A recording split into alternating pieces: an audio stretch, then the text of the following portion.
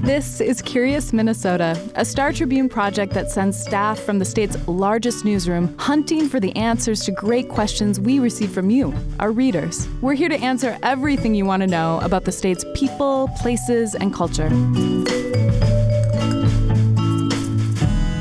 Welcome to Curious Minnesota. I'm your host, Eric Roper. If you've been following local news in the Twin Cities over the last couple of years, you may have run across stories about the Twin Cities Army ammunition plant in Arden Hills, typically known as TCAP. TCAP is one of the largest development sites in the Twin Cities, and a debate has been simmering about what should be built there. Reader Craig Swanson wanted to know more about the background of this vast open space located in the otherwise developed Twin Cities suburbs. I've had the same thought over the years, so I was glad that he asked the question. It's hard to imagine today, but thousands of people commuted to this site 24 hours a day in its heyday in the 1940s, when it was producing bullets for World War II. President Franklin Delano Roosevelt even paid a visit to the operation in 1942. Joining us today is Shannon Prather, who wrote about the fascinating history of the ammunition plant for Curious Minnesota. But first, here's Craig. What I'm curious about is driving on 35W, just north of the downtowns. On the east side of 35W, in this highly residential area, there seems to be this enormous swath of land that's undeveloped. There's like a very out-of-place looking water tower and some mounds of dirt. And I'm just wondering what the history is. I mean, it seems like it's got to be worth many millions of dollars. So why is it going basically unused? All right. Well, Shannon, thanks so much for joining us today. So we have to start on a sad note. Is this your last day at the Star Tribune, or you're clearing out? This is it. Yeah, Eric, it's my last day after 10 years being a reporter for the Star Tribune. Oh, that's so sad. I will say I really appreciate Shannon as a colleague. Shannon and I are both very direct people, and so I'm sad we're not going to have your direct nature around the newsroom anymore. Well, thank you. I will miss you guys too, but I'm not going far. I'm taking a job with the city of Roseville. Okay. So you've covered this for basically your whole career or something like that, right? How long have you been covering the Twin Cities ammunition plant from a development perspective?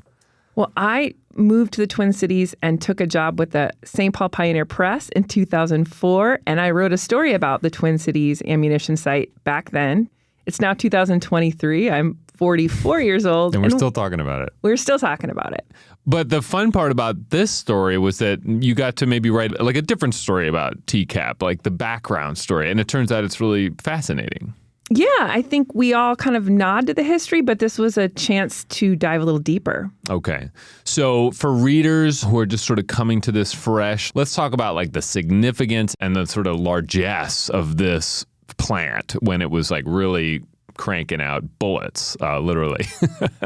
Well, this was a 2,500 acre site where they were making billions of bullets to help the men fighting the World War II. This was 25,000 workers working around the clock, creating ammunition that was sent to the front lines. Yeah, right. And so these are like 30 and 50 caliber cartridges. So these are big bullets. This isn't like something you put in like a small gun. This is like being shot out of airplanes and stuff like that. Yeah, according to our research, this was large caliber ammunition. And the other thing that we'll talk about is the makeup of these workers. I was very, I don't know if this is fair or not, but during the story, I was reminded of one of my favorite movies, A League of Their Own, where we see the women stepping up, when the men are at war and doing different roles. I encourage people to look at the images on this story because aren't they like pretty amazing?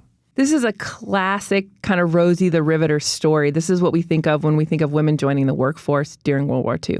So, okay, where do we start this? I mean, this is kind of like farm field for a long time, and then there's a big transformation. When does that all sort of get moving? Well, according to Jackie Krushbach at the Shoreview Historical Society, this was farmland, 2,500 acres. There were 75 families who were farming. There were some small businesses, 2 schools.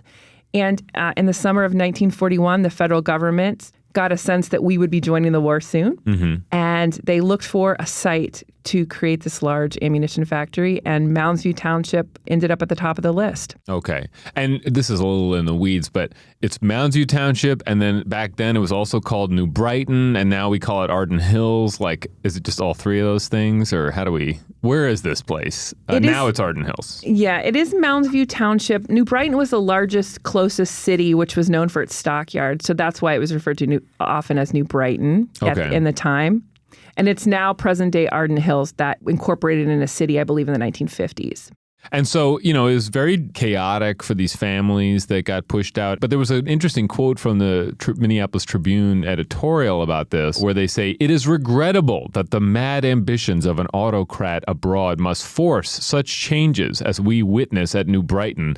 But at least Hitler is not clearing the site for us as a concentration camp or raising its homes in cooperation with the Luftwaffe." So you get a feel there of like, this is a patriotic thing we got to do to fight Hitler overseas. It's a very direct link that's being made there with this site, right? Yeah, people remembered at the time that it happened really abruptly, that they decided to purchase this land in July and it was done by August and fenced off. Mm-hmm. I mean, this happened within 2 months period is what I think Jackie had told me. Okay. And so the U.S. government, they own the place, but are they operating it as well?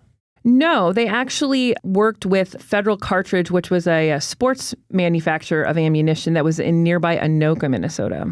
There's a lot of sort of interesting context about how quickly they got this thing built. And there's a quote on the story. There's like this colonel doing a tour of the construction site. And he says to the people building, "You are the builders of the arsenals of democracy." So again, really weighty stuff around this site. Like we have to do this. It's like, it's imperative to the war effort. And so this thing gets built, and we talked about 25,000 people working there. I mean, how did that all work? I mean, it's to put 25,000 people to some place that didn't even exist a couple months ago. I mean, how does that all get configured? Well, apparently they brought in trailers and manufactured homes to house some of those workers. They created essentially a small town. Mm-hmm. I believe they had their own fire department, their own train station, their own newspaper. They had bowling leagues. Mm-hmm. Essentially, it became a boomtown overnight almost. Wow. And then there's even new bus routes that are being established to get people from like downtown Minneapolis to this new plant. So it opens in 1942. Who's working there? I mean, we alluded to the women who were working there, but what more can we say about them? Because the lead photo on the story is this sort of V formation of these women, and they're staring at the camera, and it's a classic photo. Paint us a picture of these employees. Well, according to coverage of the time, more than half of them were women.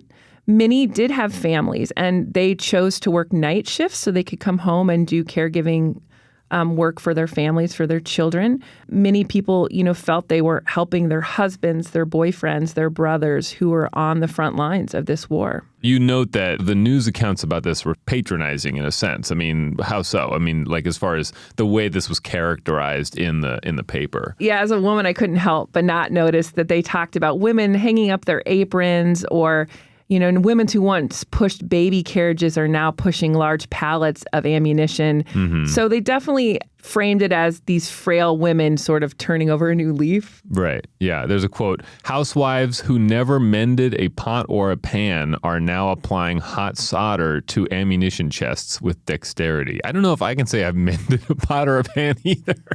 Are we all supposed to be mending our pots and pans at home? I'm not sure. Well, I know that Jackie, again, with the Shoreview Historical Society, she mentioned this really was the start of the women's movement, but we didn't know it at the time, right? This was getting women out of the home. They were working. They were making money. They had this autonomy. And as we all know, that kind of didn't fade. Mm-hmm. Yeah. And also, this was a racially integrated employment center, right? So that was sort of significant.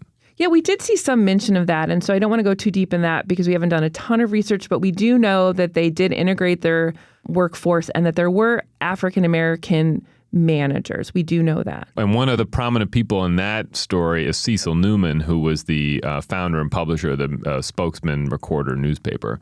So, okay, I think by the end of it all, I believe the number was something like 4 billion bullets had been produced for World War II, which I can't even fathom. Again, people should look at the photos on the story because it gives you a sense of just the amount. And also, it's interesting to see, they have mirrors and they're doing quality checks on all these bullets. I mean, there's a lot of interesting stuff that went into that. Okay, so the Allies win World War II. Now we have this huge plant. Its whole purpose is to make a bunch of bullets, and now we're not at war anymore. So what happens to the plant? Well, as quickly as it was built up, it was mothballed, Eric. Mm-hmm. They did reopen it partially for Korea and Vietnam, and there were contractors on the site through the 1980s and 90s, but its pinnacle was during World War II. Okay. And there were other companies that were involved in or operating the plant? Yeah, there definitely were defense contractors who were using the site. Okay, and there's even pictures that we found in our archives of people protesting up there during the anti-war movement during Vietnam and things like that. So, okay, now let's move into present day or present-ish day. As with lots of industrial sites, there's always a lot to do if you want to do something new with it. And now, even though it was farmland then, what's the context nowadays? It's kind of like an open land in a densely populated area to some degree? It is, and I think that's what our reader asked about. You kind of drive around the periphery of this facility, and you see a lot of undeveloped land surrounded by a fence, and you think, wow, why isn't something happening there? Mm-hmm. And I think that's what kind of prompted the question. Okay. So pollution, where did it all begin? I mean, as far as trying to get this pollution cleaned up. Well, obviously there was heavy manufacturing, and when you're dealing with ammunition, you have lead and a lot of other contaminants. And, back in the day, in the 40s and 50s, things were literally just dumped behind the building, in the ground, in the backyard. And that's what happened at this site. And then come the 1980s, we realized the damage that we had done. And that is when the entire site was declared a Superfund site, a federal Superfund site for pollution in surface water, groundwater, and soil sediments. The Army, U.S. Army, spent millions, maybe billions of dollars cleaning it up, and they're still remediating groundwater pollution to this day. So these chemicals leached into the aquifer, and is that still a problem today in that area? They still do treat the aquifer. Okay. So the county bought a portion of the site, right? I mean, this is one thing that maybe I didn't know until you wrote this story. Like, what the county owns is actually just one sliver of the overall TCAP, site. So what happened, and when did that happen? Because they started blowing up all the buildings, basically, or the buildings that they bought. Well, so it's a 2,500-acre site, and 1,500 acres is still used for military purposes today. It is owned by the Minnesota National Guard. It's still an active training facility, so that's used there. Also, the southern portion of the site, there's the Arden Hills City Hall. The county has some facilities there. And then the county did purchase over 400 acres for redevelopment on the western edge of the site. Which is where a lot of the buildings were. Yes, the and old that's buildings. The blow up. Yes, the buildings they blew up. Yeah, there's like pictures of like fireworks above like a building that's about to be demolished. And there's a lot of excitement around this about a decade ago, right? Now it's just an open field. We had a reader say, what's going on? There's barbed wire here. Is it going to get developed? What's the plan? I mean, there's been lots of plans, right? But like, what's the goal here? Or what do we think is going to happen? Well, there's been a little political gridlock that has slowed the development of this site. As I mentioned, Ramsey County purchased it in 2012. They need cooperation from the city of Arden Hills, and they haven't really seen eye to eye on exactly how to develop this property. What does the county want to do? And the county's the one pushing the development more. So what does the county want to do there? Well, they both agree to a mixed-use development with homes, businesses, retail, parks. It's just a matter of ratios. We'll say how much housing, how much affordable housing, how much business. And I think there could actually be a thaw to this stalemate. Okay, because of some changes on the city council in Arden Hills? Yeah, there's a 3-person majority that was just elected to the Arden Hills City Council, and they campaigned explicitly on getting this piece of land developed and cooperating with the county, and they are already moving forward with those plans. Okay, because the Ford site is another example. There's some of these big sites, and there's not that many of them, these like enormous shovel-ready sites in the Twin Cities, and so that's kind of why you hear about it a lot, because it's a rare opportunity. The metro area is kind of packed with stuff, except for these little slivers. Well, Shannon, thank you so much. We're sad to see you go. We're sad we're not going to get your coverage of TCAP anymore, but I'm glad we were able to get you on this story and hear some of the history of this site. Thanks for having me, Eric. Okay, that's it for today's show. We want to hear your feedback and any questions that you'd like to see us tackle here at Curious Minnesota. Send your notes to curious@startribune.com. Thank you to Matt Gilmer for editing this podcast. And as always, if you're enjoying this show, please tell a friend about it. Thanks.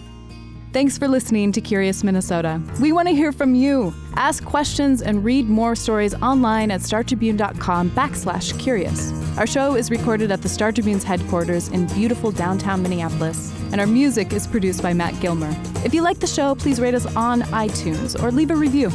And until next time, stay curious.